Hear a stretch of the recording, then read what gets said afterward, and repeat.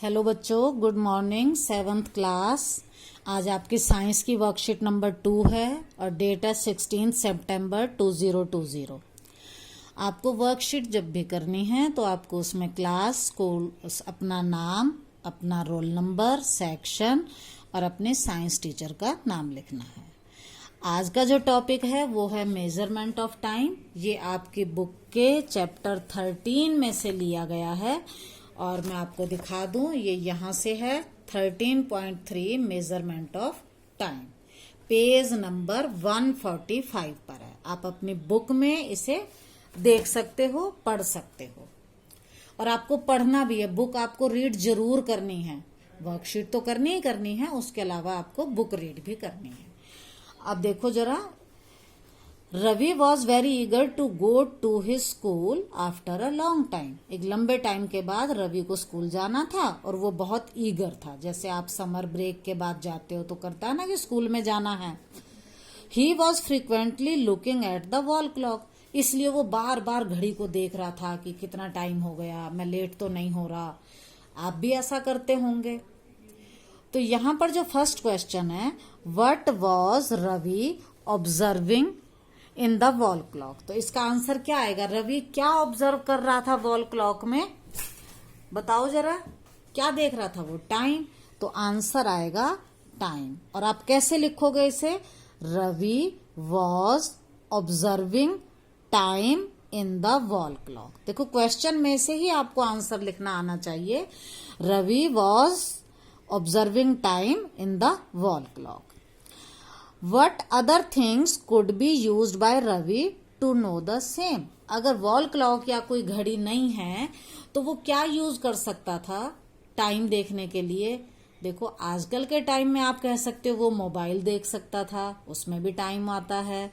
और क्या देख सकता था? मान लो ये सब चीजें नहीं हैं, अगर बहुत पुराना टाइम होता आपके दादा परदादा का, तो वो कैसे देखता? बेटा, वो सनराइज से देख सकता था कि दिन निकल आया है तो अब मुझे स्कूल जाना है, तो सनराइज से देख सकता था। मैनी नेचुरल इवेंट्स जो अपने आप होती हैं नेचर में, repeat themselves after a definite interval of time. वो एक फिक्स टाइम के बाद अपने आप दोबारा से रिपीट करती हैं, दोबारा होती हैं। जैसे सनराइज है, नेक्स्ट डे फिर सनराइज होगा, अगले दिन फिर सनराइज होता है। तो सनराइज की जो प्रोसेस है वो रिपीट हो रही है। इसी तरह से सनसेट भी डेली होता है, दिन में एक बार। तो ये नेचुरल इवेंट है, repeat themselves after a definite interval of time. For example, a day, रोज एक दिन होता है। अ मंथ, हर महीने एक महीना होता है। ये जो मंथ है, आजकल तो हम जनवरी फरवरी डेज गिनकर लगाते हैं। हमारे जो एंसेस्टर थे, दादा परदादा, वो इसके लिए फेजेस ऑफ मून देखते थे। वो मून को देखकर पता लगाते थे। जैसे ईद आती है तो आप मून को देखते हो। उससे पहले अमावस्या होती है। अमावस्या का मतलब जिस दिन आपको चांद बिल्कुल दिखाई नहीं देता। एक अमावस्या के बाद 15 दिन के धीरे धीरे आपके मून का साइज बढ़ने लगता है, दिखाई देने लगता है और एक दिन वो बिल्कुल पूरा गोल हो जाता है। उसे हम बोलते हैं पूर्णिमा। पूर्णिमा के बाद फिर क्या होता है? दोबारा से मून का साइज डिक्रीज होता है, धीरे धीरे घटता है और फिर से आ जाती है अमावस्या। तो एक अमावस्या से दूसरी अमावस्या तक के टाइम को हम बोलते हैं 1 मंथ, अ मंथ। फिर है अ ईयर। आप सभी को पता है हमारी अर्थ जो है वो सन के चारों तरफ क्या करती है? राउंड लगाती है, रिवॉल्व करती है। ये हमारा सन है और हमारी अर्थ इसके चारों तरफ ऐसे पूरा राउंड लगाती है। आपको मालूम है एक राउंड में कितना टाइम लगता है? 365 डेज, जिसको हम 1 ईयर कहते हैं। तो यहाँ टाइम कितना हो गया? 1 ईयर। तो देखो, आपको डे, मंथ, ईयर, ये सभी चीजें एक फिक्स इंटरवल पर होती हैं। जैसे डे 24 आवर में होता है, मंथ आप 30 डेज ले लेते हो और ईयर के लिए आप 365 डेज ले लेते हो। तो ये सभी फिक्स टाइम है, एक रेगुलर इंटरवल पर रिपीट होता है। अब आपको लिखना है the time between one sunrise and the next. एक सनराइज और दूसरे सनराइज के बीच में टाइम जो है उसको क्या कहते हैं? एक दिन होता है, तो यहां आ जाएगा 1 day. The time duration from one new moon, अमावस्या से, टू द नेक्स्ट, दूसरी अमावस्या तक के टाइम को हम बोलते हैं 1 month. The time taken by the earth to complete one revolution of the sun, sun के चारों तरफ चक्कर लगाने में जो टाइम लगता है वो है 365 डेज, या आप यहां पर 1 ईयर भी लिख सकते हो। अब आगे चलते हैं हम। यहां आपको कुछ वॉचेस दिखाई गई हैं। ये वॉल क्लॉक है, ये आपकी टेबल क्लॉक है, और ये आपकी डिजिटल वॉच है। जो वॉल क्लॉक है उसमें नीचे ये जो लगा हुआ है इसे हम बोलते हैं पेंडुलम। आपने कहीं देखा हो, नहीं तो आप नेट पर देख सकते हो, ये है पेंडुलम। अब ये सब क्या कर रही हैं? ये सब आपको टाइम बताती हैं, ये सब आपको टाइम बताती हैं। Clock make use of some periodic motion, इसमें भी एक पीरियोडिक मोशन होती है, वो मोशन जो कुछ टाइम के बाद रिपीट होती है। जैसे यहां पर ये वाली जो सुई है ये एक राउंड पूरा करती है, फिर दूसरा राउंड पूरा करती है, तो रिपीट हुई। यहां ये पेंडुलम टू एंड फ्रो, इधर उधर जाता है, बार बार राउंड पूरा करता है, तो ये भी हुई periodic motion. One of the most well-known periodic motion is that of a simple pendulum. Simple pendulum की periodic motion देखो, ये एक पेंडुलम है। आप इसको थ्रेड से बांधकर, कोई पत्थर का टुकड़ा बांध लो तो आपका पेंडुलम बन जाएगा।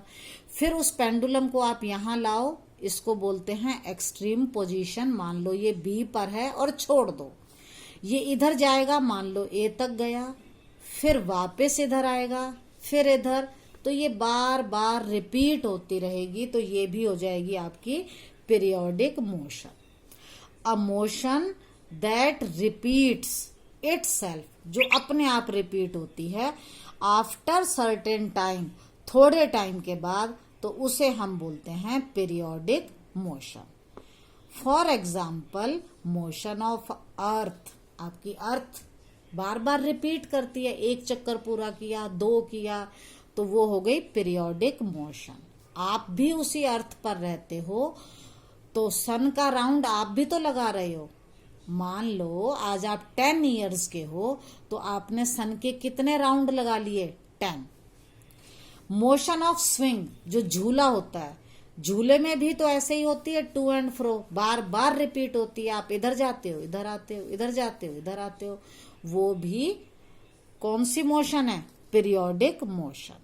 अब आगे देखो, the two and fro motion of a simple pendulum, ये जो इधर उधर वाली मोशन है, is an example of a periodic और एन ऑसिलेटरी मोशन। इसको हम बोलते हैं पीरियोडिक मोशन, और इसे हम ऑसिलेटरी मोशन भी कह सकते हैं, दोनों नाम सेम है। द पेंडुलम, ये वाला, complete one oscillation, one oscillation का मतलब एक round, to and fro. Oscillation का मतलब है यहां पर इसकी एक्सट्रीम पोजीशन ए है, ए से बी और फिर वापस ए तक, इसको बोलेंगे हम वन ऑसिलेशन। ए से बी तक और फिर बी से ए तक, इसे हम बोलते हैं one oscillation. When its bob moves from one extreme position A to other extreme position B, पहले A से B गया and comes back to A और वापस A पर आया, इसे हम कहेंगे वन ऑसिलेशन। आगे देखो, the time taken by the pendulum to complete one oscillation, एक ऑसिलेशन को पूरा करने में जितना टाइम लगता है उसे बोलते हैं टाइम पीरियड। ए से बी और वापस बी से ए तक आने में जितना टाइम लगा उसे कहेंगे टाइम पीरियड। ये टाइम बहुत छोटा होता है, इसको नापना मुश्किल है, इसलिए आप क्या कर सकते हो, 50 ऑसिलेशन करवाकर टाइम मेजर कर सकते हो और फिर डिवाइड करके 1 ऑसिलेशन का निकाल लोगे। आपकी बुक में ये एक्टिविटी 13.2 दे रखी है, आप इसको करिए और करके मुझे बताइए कि आपने क्या देखा, कितना आपका टाइम पीरियड आया। आगे देखो, यूनिट ऑफ टाइम। टाइम को हम किस चीज में नापते हैं? The basic unit of time is a second. Generally हम टाइम को सेकेंड में नापते हैं, ये इसकी स्टैंडर्ड यूनिट है। इट्स सिंबल इज एस, इसको हम एस से दिखाते हैं। अगर हमें टाइम ज्यादा नापना हो तो लार्जर यूनिट्स ऑफ टाइम हम लेते हैं, जैसे मिनट हो गया, आवर हो गया, तो इससे हम बड़ा टाइम नाप लेते हैं। अब आपके क्वेश्चन, फर्स्ट क्वेश्चन है, the motion of earth around the sun is an example of dash motion. कौन सी मोशन है? पीरियोडिक। क्यों? क्योंकि ये बार बार रिपीट हो रही है। It is repeating again and again after a certain time interval. What do you mean by the time period of oscillation? Time period आप यहां से लिख सकते हो, the time taken by the pendulum to complete 1 oscillation is called its time period. ये आपके question 2 का answer है। Question 3, what are the benefits of doing work on time? अगर हम किसी काम को टाइम पर करते हैं तो